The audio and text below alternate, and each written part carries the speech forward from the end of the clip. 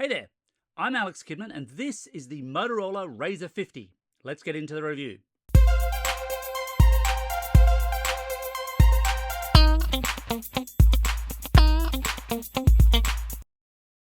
So for the past couple of years, Motorola's actually done something that Samsung hasn't, and that's had two flip foldable phones in market. Where Samsung's quite content to just have a single premium flip foldable, Motorola's had two. Typically here in Australia, that's been a Razr Ultra and then a regular Razr, usually with a number suffix, although in some other markets it's, I think, the Razr Plus and then the Razr but no numbers, which feels like it's confusing to me. So this is, I think, internationally, at least in the US and I think some other places, the Razr, maybe the Razr 2024 model. Here in Australia, it's the Razr 50 as opposed to the Razr 50 Ultra.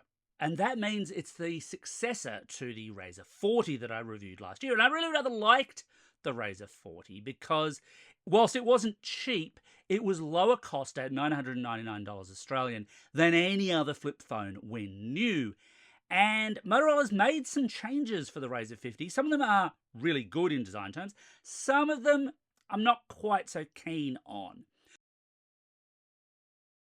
But let's talk about the design first, because the biggest design change here is the move away from a small 1.5-inch display, as found on the Razr 40, to a full 3.6-inch display on the Razr 50. They're basically matching what you get on the more premium Ultra phone, a fully usable screen as opposed to a notifications one, but more on that shortly.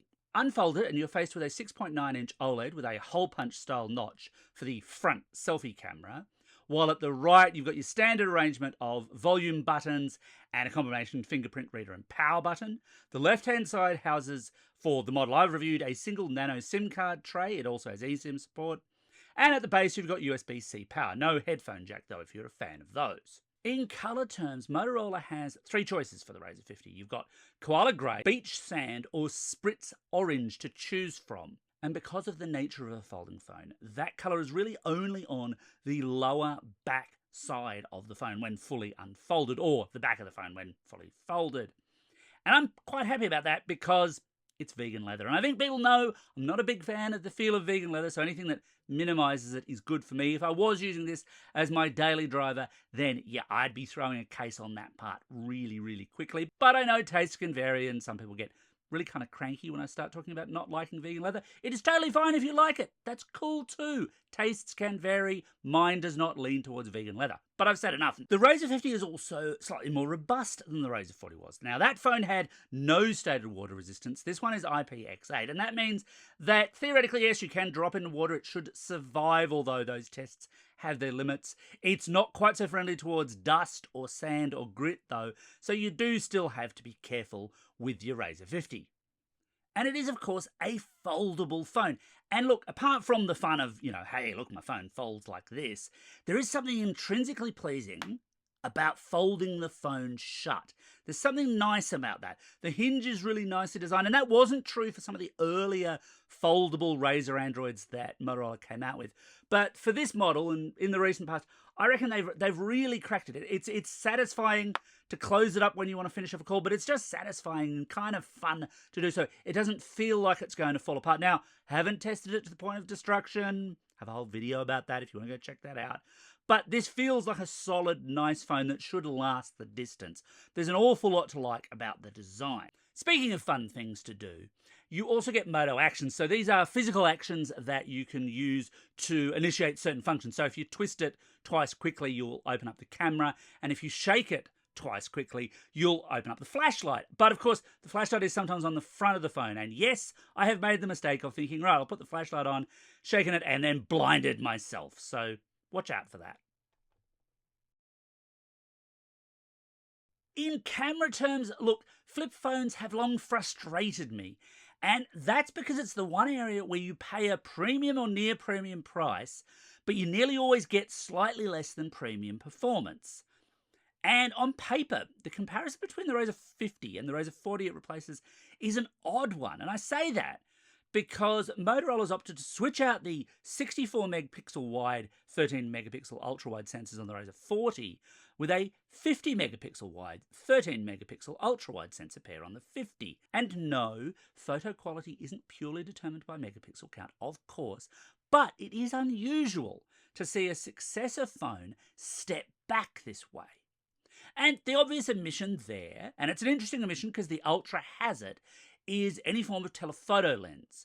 Tastes obviously vary as to whether ultra-wide or telephoto is preferable if you're going to have the choice. I tend to lean towards the latter because telephoto is quite useful for taking photos of people, where ultra-wide is more your landscape shot lens. But again, tastes can vary. You don't get telephoto with the Razr 50, you just get digital cropping at a default of 2 times and then up to 10 times. Although, rather predictably, this doesn't go well. I'll throw up an example here. So, the ultra-wide shot of this electricity pylon and valley behind it actually looks quite nice in ultra-wide. It gives a kind of dramatic flair to it, which is what you want in most photos. The 2 times crop isn't quite as exciting, but it holds together okay. That is, of course, just a 2 times crop off that 50 megapixel wide lens in this case. But when we push it up to 10 times, yeah, that's not pretty at all. That just doesn't really work. I would not go beyond 2 times for this particular camera. Now, everything else in camera terms for this phone is, well, it's okay, but I'm just not sure that okay is enough for a phone that costs $1,199. Whilst that's not high premium money, it's still in the premium space. And really, you can spend this much money and get much, much better cameras. This will deliver acceptable quality to you for the most part. Even within its natural tones, it tends towards a slightly oversaturated colour tint for my tastes. But you can do better, and if photos are really important to you, I definitely say punch up at least towards the Razr 50 Ultra or to other more capable camera phones generally, because this is merely okay. In performance terms, last year's Motorola Razr 40 relied on Qualcomm's Snapdragon 7 Gen 1 processor, but this time around, Motorola's jumped processor camps, opting instead for a MediaTek Dimensity 7300X, along with 8GB of RAM and 256GB of fixed storage. Now, oddly, the SIM card tray, at least in the model I've tested, looks like it could possibly have accommodated microSD expansion, but Motorola just didn't go that way, or possibly there may be dual SIM models in other markets, I don't know. This is technically dual SIM because it's also eSIM capable, but you can't expand the storage in any way internally. Now, MediaTek's Dimensity processors are decent. They've certainly done a fair amount to pull MediaTek out of the bargain basement bin space, but they're rarely best in field, and that's very apparent when I came to benchmark the Motorola Razr 50. Here's how it compares against a range of other folding phone options using Geekbench 6's CPU test. These are not great results. It's only just a little bit better than the Razr 40, and that's totally within kind of margin of error. It's not really going to be a noticeable performance boost there, and it's much the same story if I look at it using 3DMark's Wildlife Benchmark too. Now, this doesn't indicate a complete disaster area. The Razr 50 is still a fair performer for most everyday tasks, but it's not exactly sitting in a space where premium phones should play. If you're after more intensive app experiences, absolutely. The Razr 50 Ultra, or ideally the Samsung Galaxy Z Flip 6, will suit you a little better than the Razr 50 will. Now, where the Motorola Razr 50 does impress at a performance level is with that external display, because it allows exactly the same set of actions as the more expensive Razr 50 Ultra does. Where Samsung only officially supports its own widgets and a kind of clunky third-party workaround to get apps working on its admittedly much lower resolution display, Motorola basically just says, yeah, look, you can try and run anything you like. We're not guaranteeing it's going to look great. We're not going to guarantee it's going to run entirely well, but you can at least have a go. So any Android app is up for grabs. And yes, there are apps where this works quite well. I mean, in terms of messaging or email or doom scrolling your social media if you really must. Yeah, all of those things you can do. And whereas with the Ultra 40, you would have had to see a notification and then open the phone fully to do something, here you can just do it straight from that square screen. A little bit less impressive, of course, for more intensive apps and for games and things like that, where the controls often don't have great touch zones or where in-game text might appear quite small. But at least you've got the option to try. I really do appreciate that. I think that gives this phone an awful lot of value. The Motorola Razr 50 is an Android 14 phone with the promise of 3 OS upgrades and 4 years of security updates. And that's a slightly odd mix there, because usually you see years and years, not this many updates and this many years. And where it's a little bit of a trap is, of course, it's only Android 14 at launch. So it'll only go through to Android 17, where if it was a 3-year promise, you might have the reasonable expectation that it might go all the way through to Android 18 instead. You also get support for Google Gemini and its AI-assisted actions, though, just as with every other phone with AI I've tested this year, I'm not magically sold on what AI is doing in the consumer space right now. It's there if you want it, although I should raise a note of caution here, because while AI is getting better as time goes on, tying it to a phone with lower processor performance like the Razr 50 could lead you a bit wanting in the years to come. I think something that's maybe a little bit meatier in the on-device processing space might suit you better if AI is your jam. I'm still not 100% sold. The way folding phones are built, with a hinge in the middle, does somewhat tend to constrict their battery capacity, and the Motorola Razr 50 is no real exception. It ships with a 4,200 mAh battery, which, interestingly, is a little bit larger than the battery pack you'll find in the more expensive Motorola Razr 50 Ultra, which has only a 4,000 mAh battery pack. But it is, as always, about how you actually use that power, because different app loads can make a huge difference to overall battery endurance. And here I turn to my standard YouTube battery test, which is 1 hour, 1080p video, maximum brightness, moderate volume from a fully charged battery. And historically, Motorola really has done very well in these tests compared to what Samsung has offered, and the Razr 50 is no exception. Here's how it compares. That's a great figure, and it really does play out in day-to-day testing as well. Unless you're really heavily going at it, I think all-day battery life is a pretty easy assumption for the Razr 50.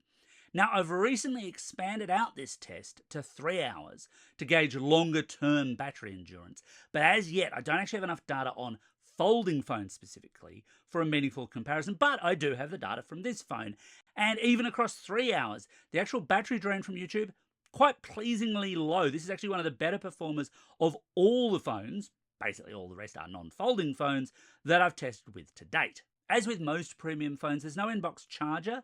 Motorola does include those on some of its lower cost models, so a bit odd, but still, there's no inbox charger, but it does support up to 30 watts wireless charging and up to 15 watts via Qi wireless. No Qi 2, sadly.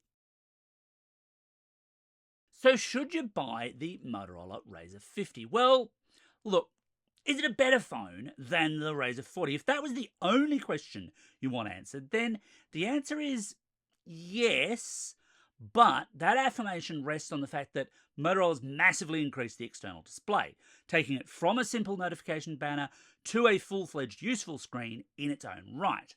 Because otherwise, the upgrades are very minor indeed, and there's an added complication in play. When it launched here in Australia, the Razr 40 retailed at just $999, making it the lowest cost new flip phone anyone could buy. The Razr 50 retails here at $1,199, some $200 more than its predecessor, for a device that's not notably faster or gifted with notably better cameras either. The value of the update rests with the improved external display, but of course a lot of people are not going to be saying, well, I'm not updating my Razr 40 anyway, Alex. What if I just want the phone? Yeah, look, this is decent, but honestly, if you're spending this money, I would suggest save a few more dollars and go for the Razr 50 Ultra instead. That is a substantially better phone, $16.99 here in Australia, so a bump up from what you'll pay for this, but a much, much better, much more compelling device if you want a good flip foldable. The Razr 50 Ultra remains my pick of the crop for those small factor flip foldables this year. And that's my take on the Razr 50. If you've got any questions, hit me up below, and as always, thanks for watching, and don't forget to hit like and subscribe.